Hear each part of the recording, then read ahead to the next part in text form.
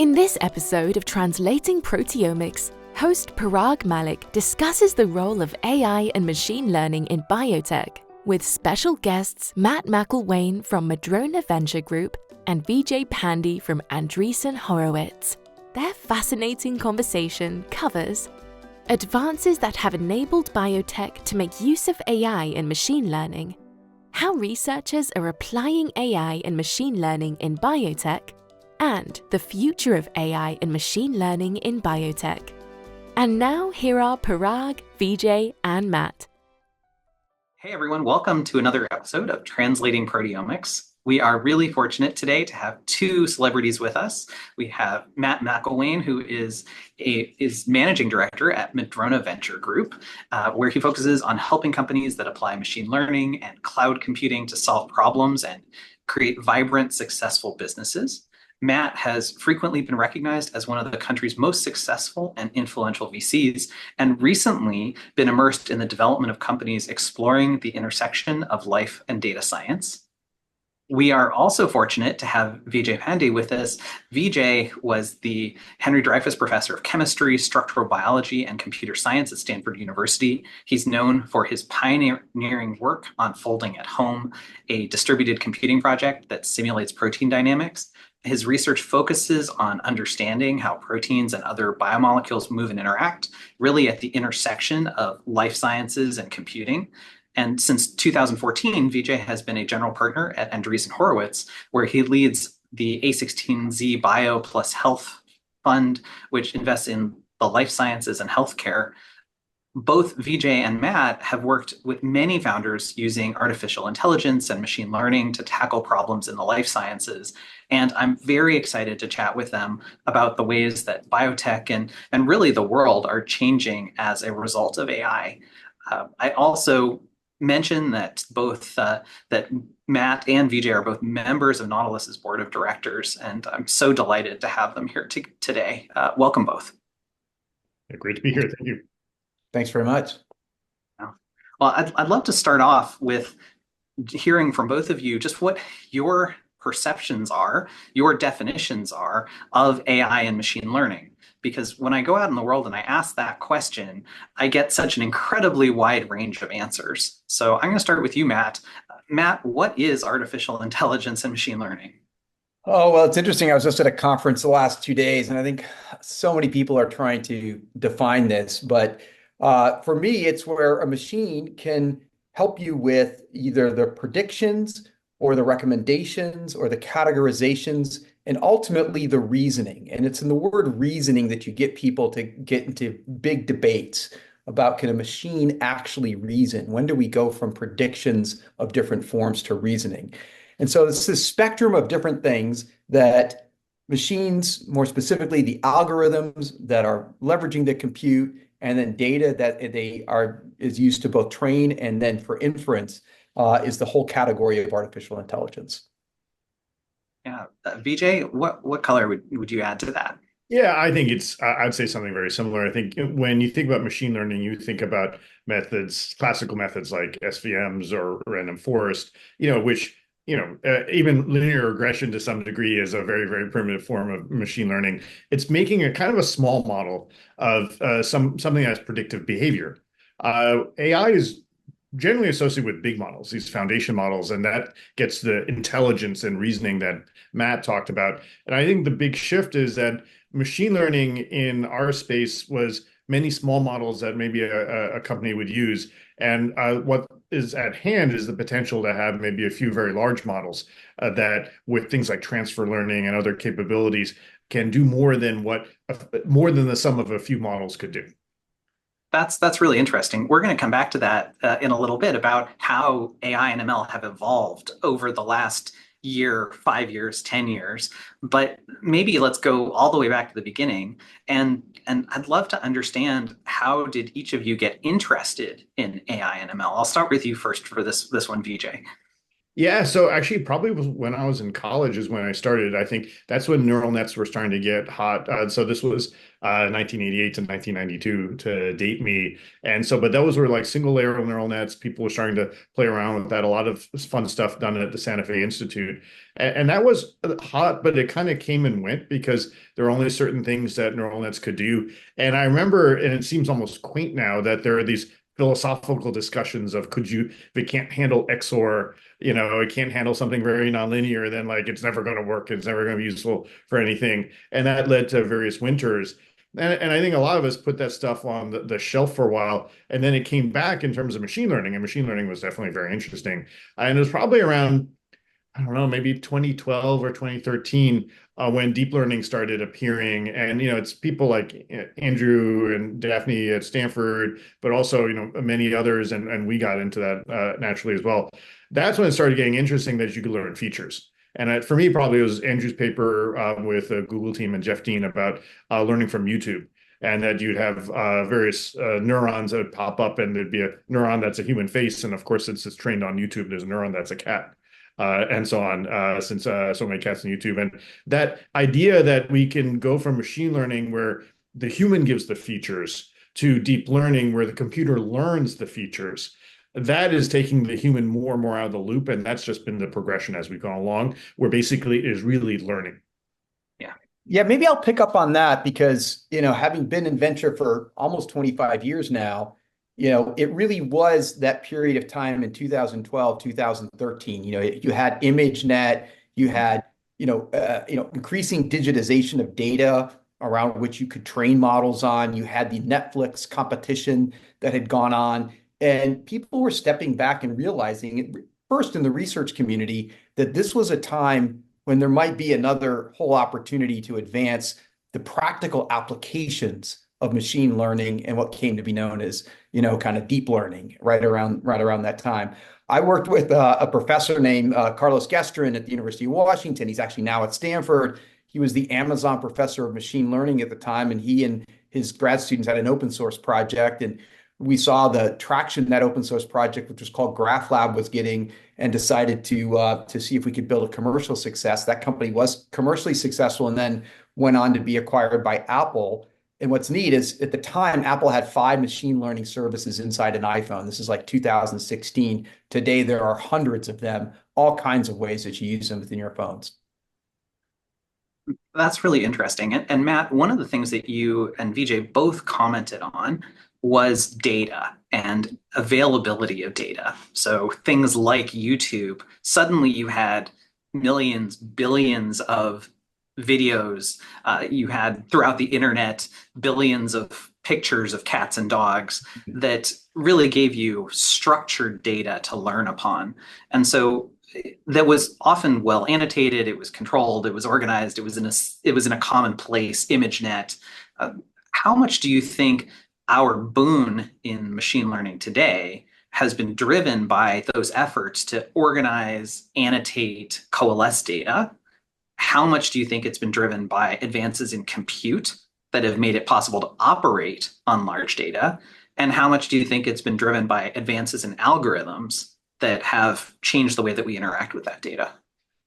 Yeah, well, the very unsatisfying answer is yes. And, that is very unsatisfying. But all kidding aside, for me, one of the things that, and I know we'll get into it, what got me interested in applying some of these machine learning capabilities as compute advanced, as algorithmic approaches advanced, was the fact that the data was becoming so much higher resolution and lower cost and much more ubiquitous in the life sciences. And so when you go from it costs $1 billion to sequence a genome to $100 and fast approaching far less than that, you realize that you've got data abundance.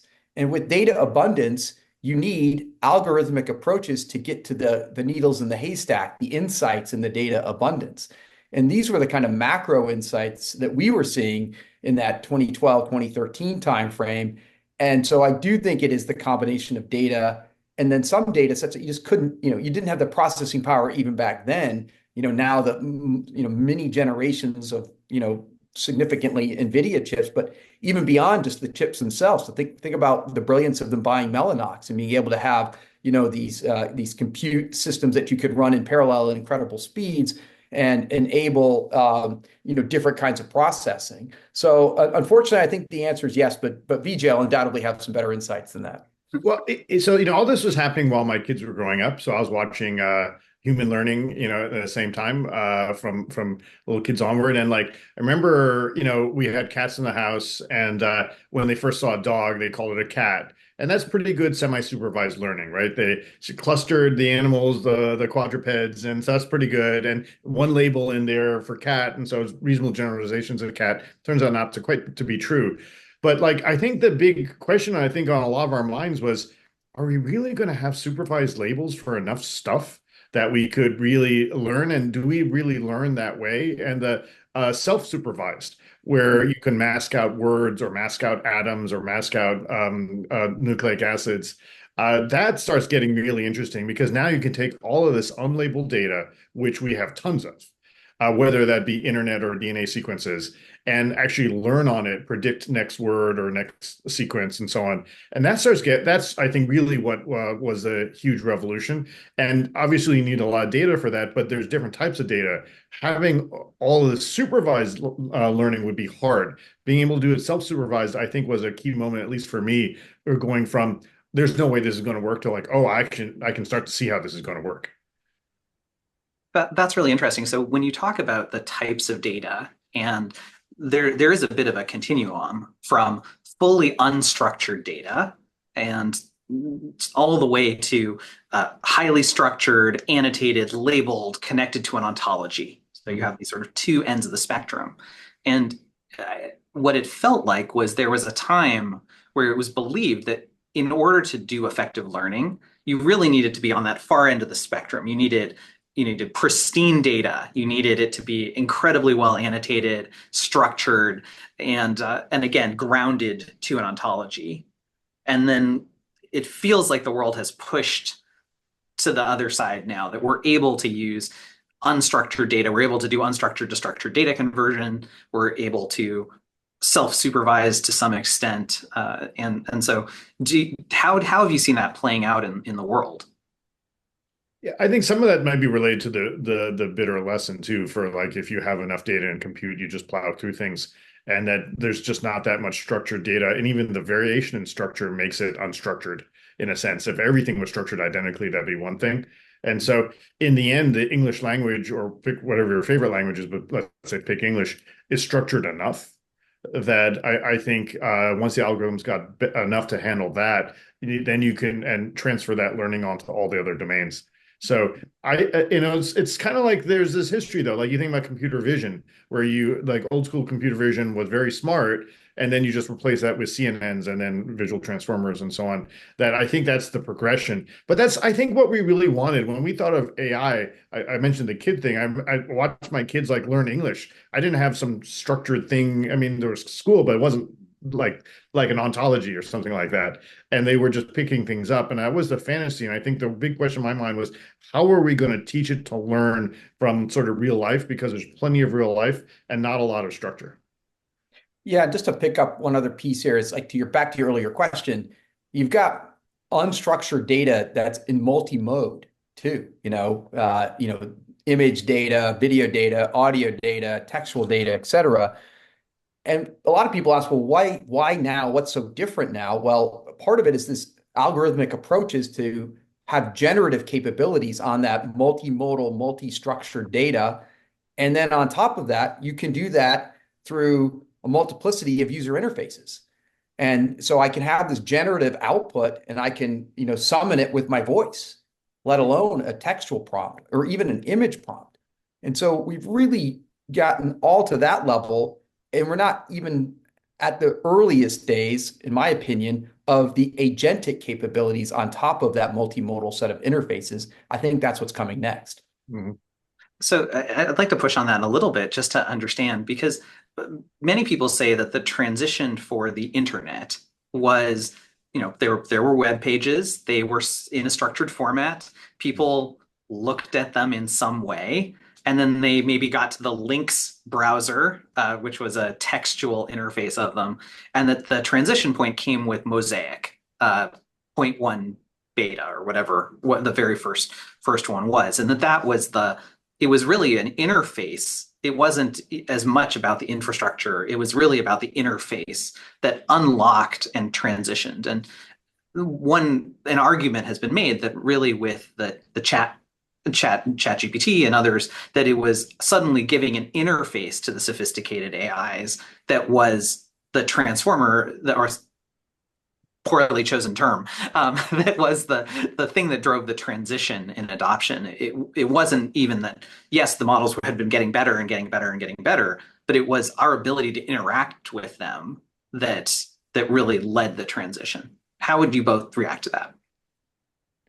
Well, I think that interface moment was important. I was actually talking to somebody who was at OpenAI right around that launch. In fact, he told me he was the first paying customer when they actually realized that they were onto something with ChatGPT, which I think completely surprised them, the amount of adoption that ChatGPT got. But the interface mattered. The interface also mattered with Mosaic, as you say, but Netscape didn't survive. And there's a whole bunch of reasons for that. And I think the interesting question is what are going to be the surviving companies, in this world of generative AI and agentic capabilities?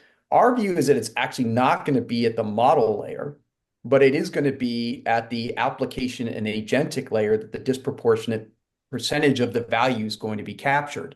And while the interfaces are interesting, it's about actually solving a problem. Now, what's cool about ChatGPT or Perplexity or some of the things that Google's now trying to embed into their services is they actually solve problems. You can put a prompt in, a text prompt, or increasingly a voice prompt in a responsive way, and you can get amazingly good and generally accurate results. And so that's a nice step, but I think it's a step on the journey that we're going to look back and we're going to realize that it was some things beyond that, and maybe even some players that aren't even imagined yet that are the big winners.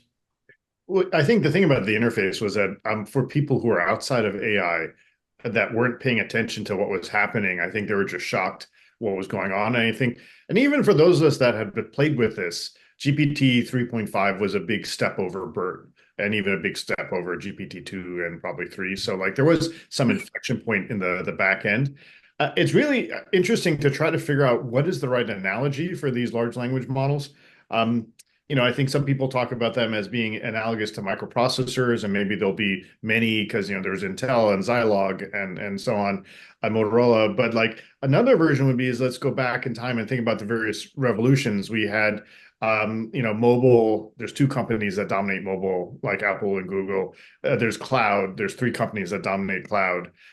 Is this going to be something like that? Because it takes, like mobile and cloud, it takes a huge amount of capital to build up these infrastructures. There's only so many companies on the planet that can do that. Maybe a startup will make it into that sort of high rarefied air, but it will, because it requires so much capital, it's going to be the usual suspects of Amazon or Google or Microsoft.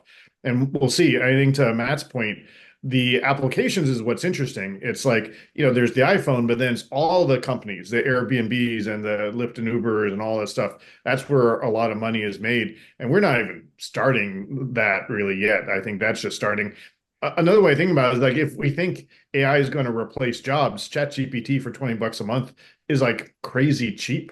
And it doesn't make sense economically. And I think that reflects the gap between where we are now and what we'd like to do.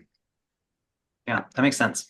I'd love to transition now to chat a little bit about biology and hear your perspectives about let's start where we are today, and how has AI, ML, leading up to today, changed our understanding of proteins and biology in general? Yeah, I think this has obviously been a evolution and a revolution in different ways. I think the big thing about biology in the last few decades is we finally have tons of data. Starting with genomics in the 90s, and obviously proteomics today, and all of the other omics in between. That large scale data speaks exactly to what we were talking about for AI. That you need to have this data, and this stuff, it's not on the internet, it has to be measured, and so on. So that's a huge thing that it's interesting that all of this robotics and all this new technology and CRISPR that can be applied to this are coming right smack dab with the advances in AI. And like AI needs the data and the data needs the AI because you can't understand just all the raw data. So I think it's kind of beautiful that they're coming together, and you could imagine that they're kind of pushing each other because those who are interested in AI are going to push for more robotics, and those that are doing all the robotics data will push for how we're going to understand it. I think that's the beautiful moment we're in today. It will be interesting to see if one gets more of a lead than the other, but I suspect they'll stay pretty close. Yeah, I agree. I mean, the wet lab is always going to be the wet lab, but the degrees of automation and the scale at which you can test out small molecules, or you can test out protein to protein interactions, in your wet lab, and then take that data and feed it into the models that you're training and do that in an iterative way. I think that the automation part's a little bit underappreciated. But the other thing is that I like this notion that Vijay's bringing up of kind of how one thing pushes the other. And I'll tell a little story. Of course, now lots of people are aware of David Baker in the Institute of Protein Design. And I remember 6 years ago being in it's about 6 years ago, that after winning the protein folding prediction competition for years, he and his team lost to Demis and the team at DeepMind, Google. And the great thing about David Baker was he's like, well, it's time for my teams to really learn deep learning. And now the push and pull back and forth from Rosetta Fold and AlphaFold and the various generations of those has made the work better and the capabilities better, moving down beyond even protein predictions. And I think it's why they deservedly won, the Nobel Prize. Interestingly, that they won it in chemistry, right? There's no such Nobel Prize. Chemistry is natural for that, though, right? I mean, what else? I think it's the right choice, but I think that the degree to which their chemistry research and insights and capabilities were dependent upon machine and deep learning, and then actually, it was what was remarkable to me, but appropriately so, yes. So Vijay, your own background and mine as well was very much in physics-based models of folding. Yeah. And so I'm curious your perception of this jump from physics-based potentials to statistical potentials to now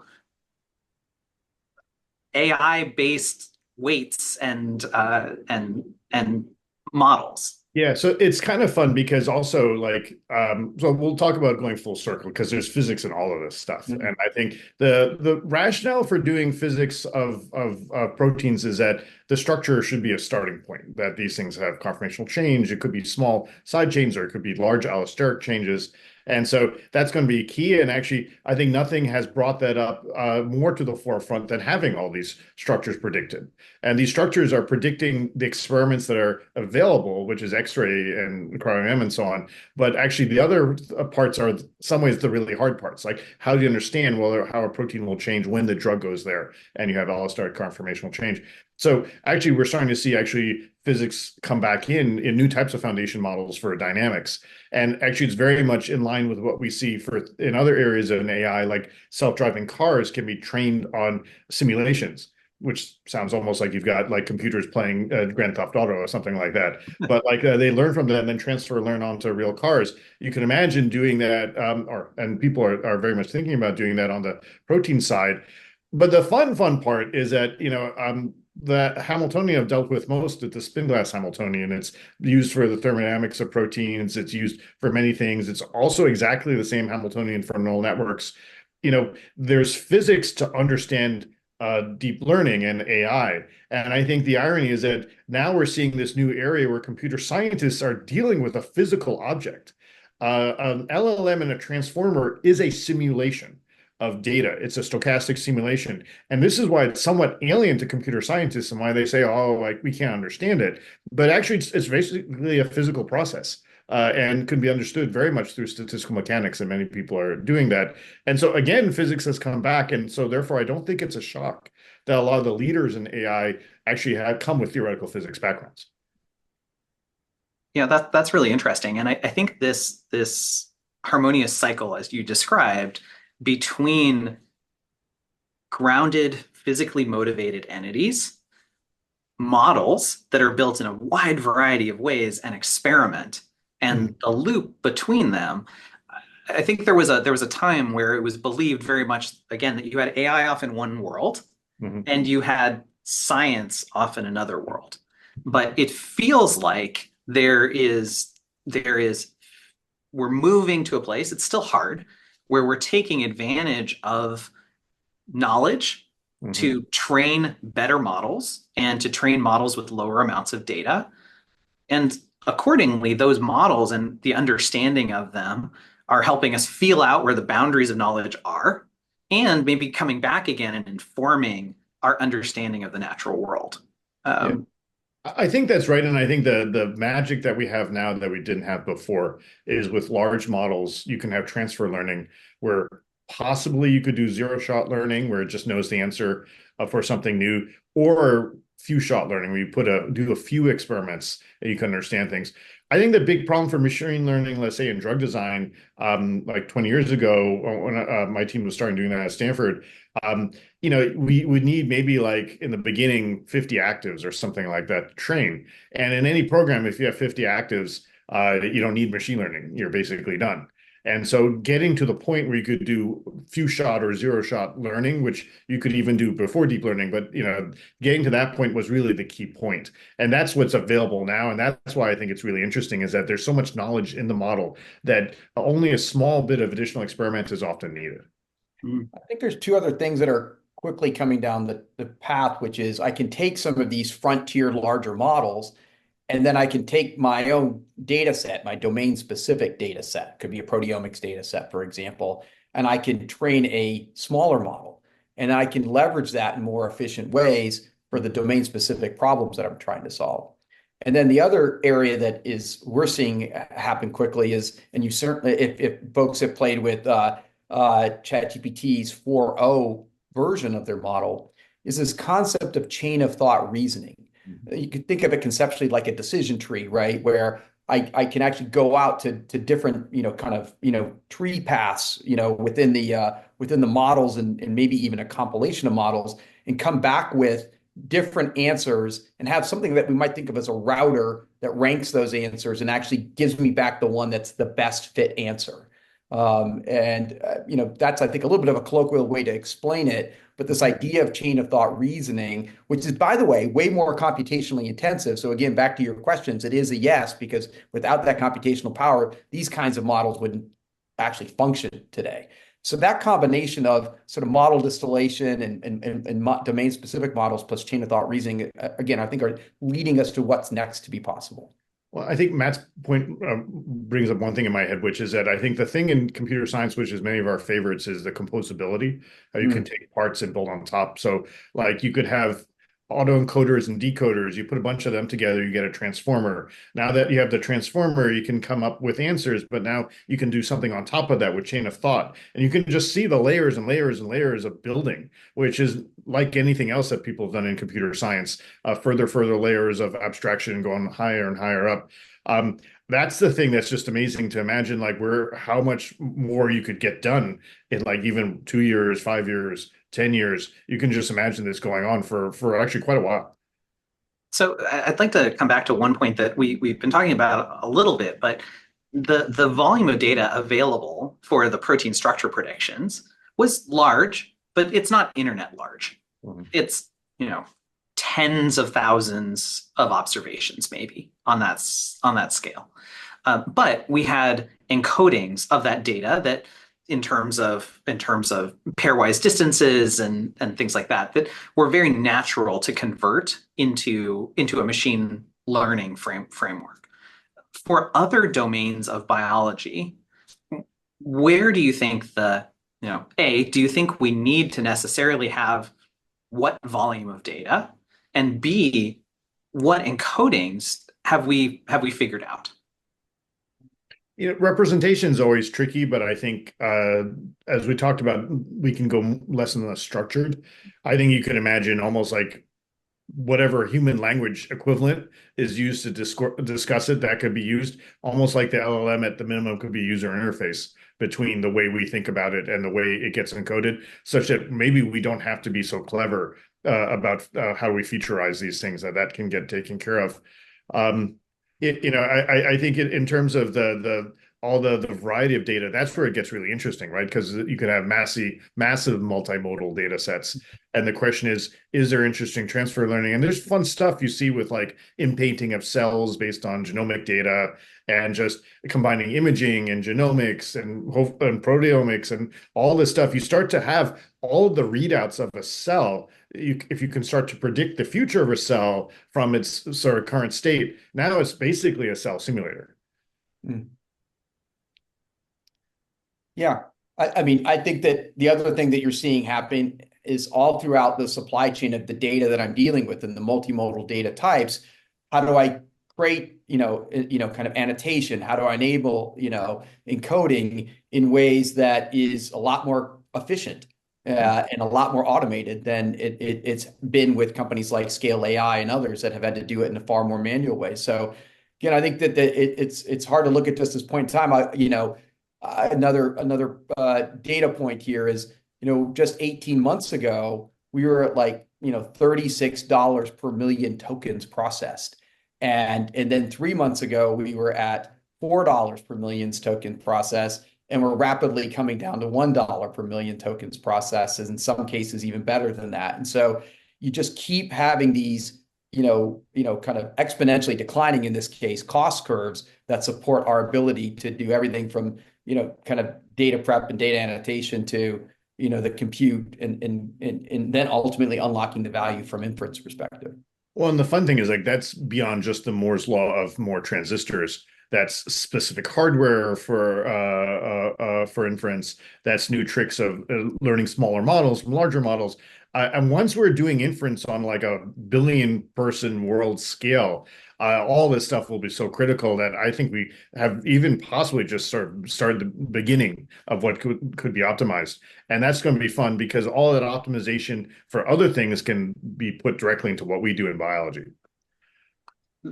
Interesting question. So biology data is different. It's in scale. It's different in resolution. It's different in time scale from things like Wikipedia and English language data.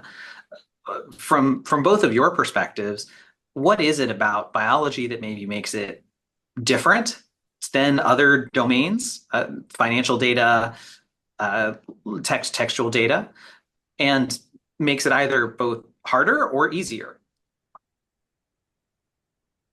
for AI? I think it's definitively harder. Why do you think it's harder, Matt? What I think is harder is that, if at the ultimate goal, right, of trying to deeply understand biological data is to help us live longer, healthier lives, then the fact that there's a fair bit of non-determinism, even though there's a lot of determinism, there's a fair bit of non-determinism, and sometimes it's idiosyncratic. Why does something mutate or not mutate? Why does, this cancer, express these proteins and not those proteins? And how does it evolve over time? And I think we don't, sufficiently understand the unpredictability of biology. And I think that makes it harder to work with the data sets. But I think that's right. I think another way to phrase the same concept is like that a lot of the current generative tasks are very robust to mistakes. Like if the picture's a little off, even if I end up having 4 fingers instead of 5, like we're kind of okay with that, and life sciences and healthcare, if I end up with 4 fingers, I'm going to be really pissed. It's something where, or you put the methyl group in the wrong place, it's no longer inactive. There's these activity cliffs. And so that's something where now we're in a space where small things can have big changes. And those activity cliffs have always haunted computational drug designers because it's not a very simple surface, the latent space. But what's interesting is I think with enough data, you start to understand the latent space, especially if you have a 3D representation of the protein, because a lot of that actually is much more obvious, whether something fits or not, or how it interacts or so on. So I think the complexity is so much greater than, say, just an LLM reproducing text and just predicting the next token. Yeah, I mean, I think that the 2 other things I would add to this is, we talk a lot about models, in this case, physical models in the biology world, a mouse model as an example, right? And there's the, sort of the euphemism of we cured a lot of mice of certain kinds of cancer, but that doesn't then translate into the humans as a treatment strategy. I think another way to look at the data is to say, well, gosh, as we get to deeper resolutions of the data, what more can we learn, to Vijay's point about its complexity? And proteins is a good example again, because it's not just about the proteins, it's about the proteoforms. And so the more we can unlock the power of data and compute and algorithmic approaches, we can start to appreciate the role that proteoforms play in different kinds of disease states. Yeah, I mean, just to weigh in with my own perspective, I agree with you, Matt. I think biology is harder. And I think the point that you raised, Vijay, about the bar for good enough, I think that's one of the major reasons why biology is harder. Yeah. That if we're making a diagnosis, that really matters. If we're trying to decide, hey, you should take this drug or that drug, and we guess wrong, and we guess wrong confidently, which is, many new emerging tools, they fail incredibly confidently. And what we really want them to do is we want them to throw up their hands and say, sorry, don't know, not giving you an answer. And that's a challenge. And then the third reason I think it's harder, I guess I have four. The third is the scales of data that we're trying to integrate, from microsecond timescales operating on multiple phosphorylations on a single protein molecule, to a metabolite, which is present for, again, a microsecond or moving from one place to another, all the way up to the fact that I did something to myself when I was 10 and I'm paying for it when I'm 65. So you have this convolution of things at very, very short timescales and very, very long timescales that we need to consider. And we just simply don't have data connecting all of those timescales. And I think I very much agree with you on the life science side. There's one bit of optimism on the healthcare side, which is that for better or worse, the job of a doctor is really, really hard to take in all of this data and make a diagnosis. And as there's more data to ascertain, it becomes more of a data science problem than I'm going to use my gut feeling. And, it's kind of like using TurboTax versus doing all my taxes with a pencil and paper. I'm going to make mistakes. The computer is going to be really helpful. And that bar for medicines, I think, really intriguing for things like diagnosis and so on, because that stuff is going to get really hard. And actually, as you know, we can also put other layers on top of LLMs and have mixtures of experts, such that I think we can deal with hallucinations in a variety of ways, even with low latency. And I think we're seeing that now roll out. It's maybe a little less elegant because we have to have, classifiers on top of everything else. But maybe it's also not unlike the thinking fast and slow, the type 1 and type 2 systems. And so if you think about it, our brains evolved, and it might not be the most elegant solution either, but it works. And maybe we can take that approach here. Yeah. And I think we're also seeing a journey where the data science capabilities on a set of patients that we can use and analyze can also, for at least some set of patients, using more precise or precision medicine approaches, actually said, well, this actually should be the first line treatment versus the second or the third line treatment. And you're starting to see that. For example, I was just briefed the other day on some progress in immunotherapies, blood cancer, related immunotherapies, where the immunotherapies are moving up to second and even first line, strategies. Well, and imagine a world where we could measure enough to have a real readout. So that might be your genomic baseline, obviously maybe proteomics and other things and metabolomics that you measure. And then you have that over time. And AI is very good at, you can mask out from data sets so you can predict the future. And so let's say we could say, like, Vijay, if your behavior, your diet and your exercise doesn't change, this is your future. And lay that out for you. And basically over time, you watch that future come to pass. I think it could be one of the most dramatic things to get people to change their behavior, because we have the ability to look into the crystal ball of the future. And I think that could be great, or it could be quite scary, and it could be very actionable if we do those things early. We just need the data. Actually, the AI part, ironically, for some of the stuff may be straightforward. The data isn't there. That's interesting. So I think what I just heard you say is that people, instead of investing in AI companies, they should actually invest in healthcare fitness clubs, because the AI is going to tell people to go to the gym more, and people are actually going to listen. Why not both? Like you can always do both. Yeah, Okay. yeah. I'm curious, just in both of your seats as investors, how are you seeing founders and new companies in biotech incorporating AI into their companies? Yeah, I can jump in. Like I think there's a spectrum, right? So I think right now we see machine learning literally in everything. So there's like that's like table stakes. It might be simple machine learning, but I don't think there's not a biotech that doesn't have some bioinformatics or some machine learning in there. But then I think then there's people that are sort of using more advanced technologies, and then there are the people on the bleeding edge. And those are just different types of companies. And so for the bioinformatics, that's become such table stakes for just doing interesting things that's there. Naturally with my background, I get very excited about sort of the pushing the envelope, and that the pushing the envelope is in all spectrums, all stages of designing a drug, whether we're finding new targets, hitting those targets in novel ways. And then even now we're starting to see AI for clinical trials and so on. And that's, I think, been the holy grail for a while. The whole part of it is a data exercise. And if you have a latent space model that can describe human disease biology, you could imagine using that all the way through, even from target identification through trials, and even to personalized medicine and precision medicine on the other side. I mean, basically, if you have a human biology simulator, it would be really the revolutionary thing that's missing. Yeah, the one thing I'll add to that is, we, given our background, have this preference for platform companies. And by platform here, I'm meaning a platform that has data, a mix of wet lab and dry lab capabilities, and data modeling all built into it, so that you can have some kind of an intelligent application. It could be, again, protein to protein interactions. It could be small molecule discovery, et cetera. That is a little bit out of favor right now in the life sciences world. But we'll take the long-term view on that, because we believe that that's going to be an essential ingredient of the companies that are going to win long-term. What's harder is to get your head around how those companies are going to capture value versus create value. They're going to create value at a minimum by partnering with a number of other life sciences companies and pharma companies and leveraging their distinct capabilities. And they may also have, and we encourage them to have, some exploration of their own internal programs that they could partner out at some point in time. We like that because it gives some diversification to the investment, but we also think that it more fully leverages the platform.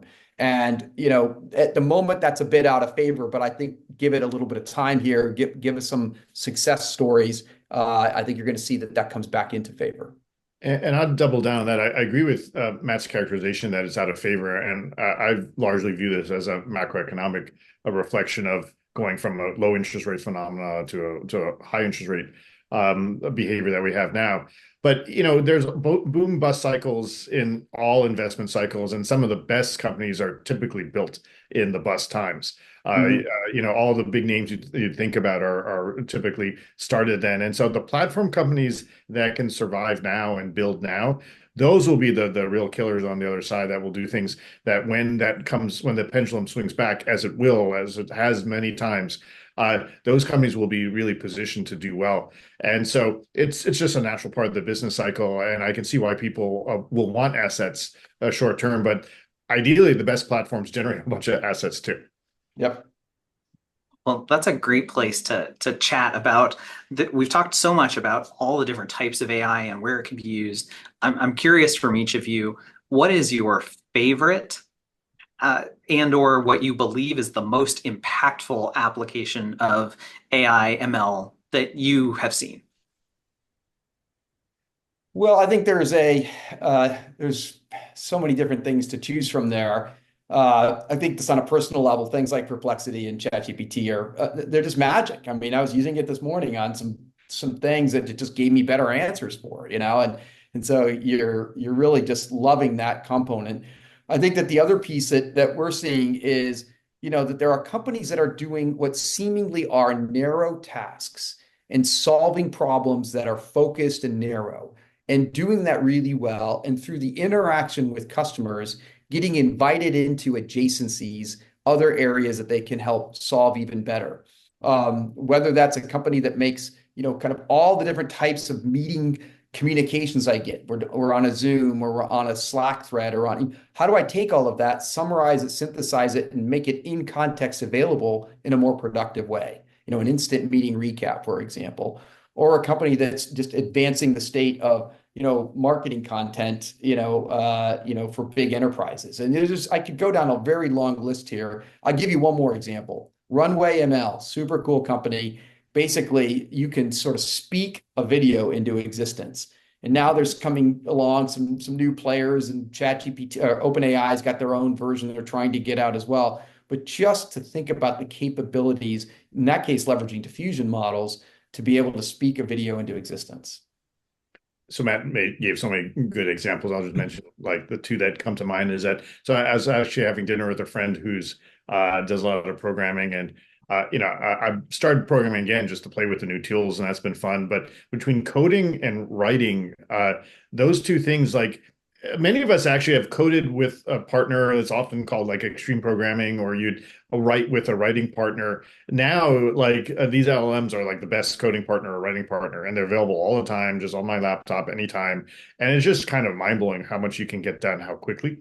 But the thing that I think will be really exciting is kind of what I was alluding to before, the ability to use health records to predict someone's health. I'm very curious about that, because that's all such a crapshoot, to understand things. And like to even talk about like, okay, what if I did this? What if I did that? And then finally, I think there's a lot of sort of common wisdom in medicine that I bet won't hold up to the data. And there's starting to be like little sort of cracks that are emerging, like, is your cholesterol level really relevant for heart disease? Actually, more people have heart attacks with low cholesterol than high cholesterol, and so on. So like all of these things that have been common wisdom in medicine that, go back to Framingham from like, 30 years ago, like now we finally have lots of data. Let's actually see what's there. And I bet a lot of these rules of thumb may actually be wrong, and will turn things upside down. And we've seen this all the time, that data can change things.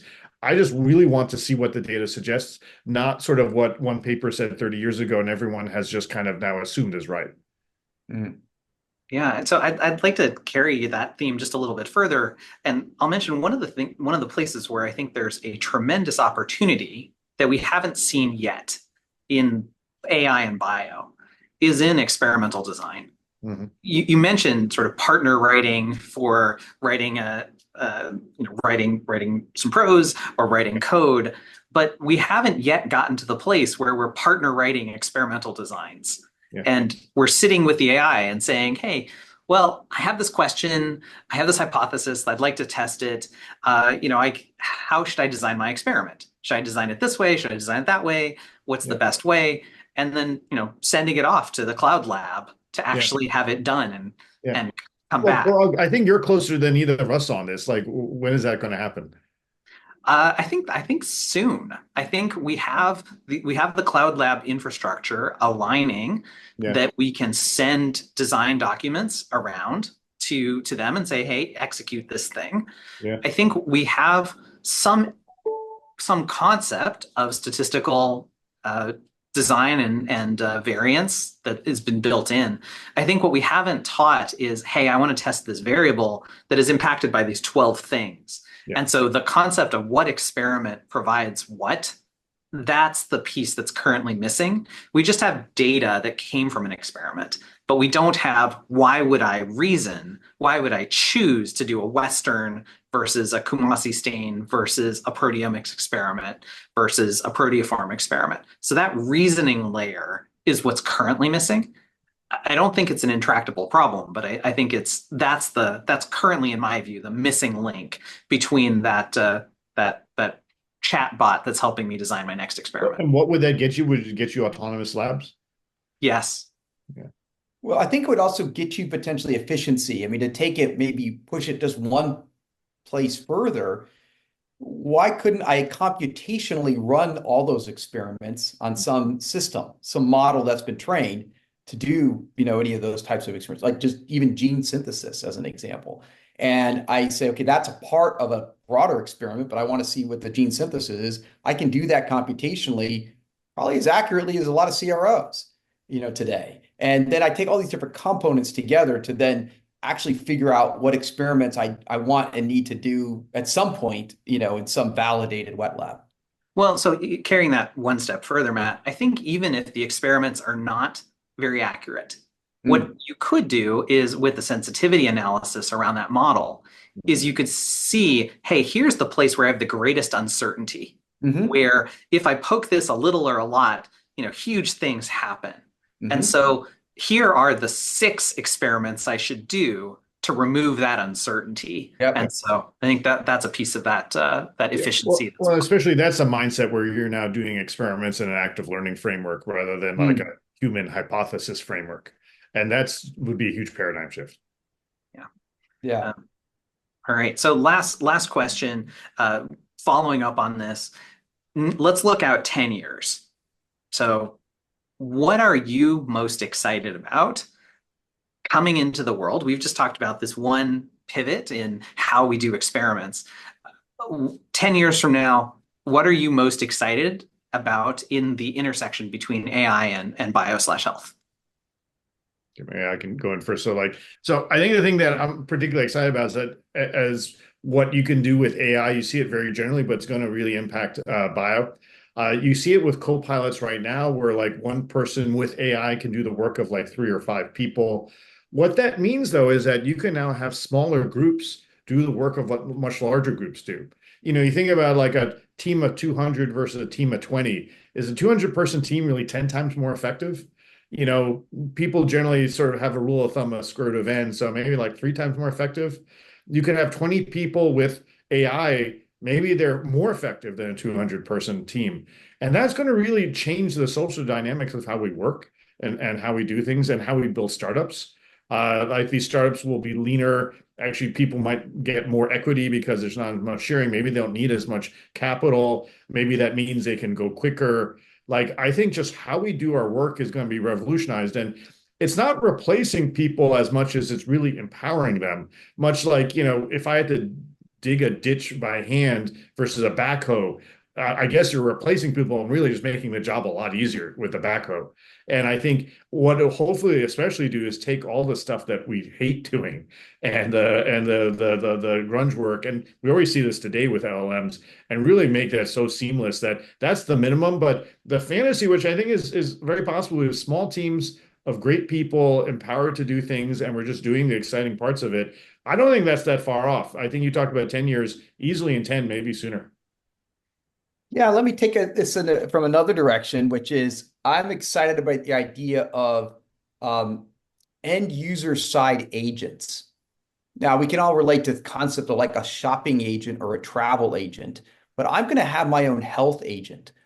I'm going to have the data about all the different tests that have been run on me and other kinds of health data that's ingested into this personal agent, this personal model that's going to enable me to interact with the provider side, the supplier side, the doctors of different types, and advise me on what I should be doing, that nudge to go get the workout in, and what I should be, how I should be making choices about my personal health. And that seems a little bit amazing to all of us because how hard it is to get our own personal health data today. But this is not a technological limitation. And I think the demand side of the end users in all these areas is going to not only pull for them to have the control of the agent, but it's actually going to change the business models too. That's great. I think this has been a really fun discussion. Thank you all both for joining me today. And I know we could probably talk for another 6 hours, but I'm really appreciative. Thanks so much. Oh, thank you. Thanks very much. It was a lot of fun. We hope you enjoyed the Translating Proteomics podcast, brought to you by Nautilus Biotechnology. To contact us or for further information, please email translatingproteomics@nautilus.bio or scan the QR code on your screen.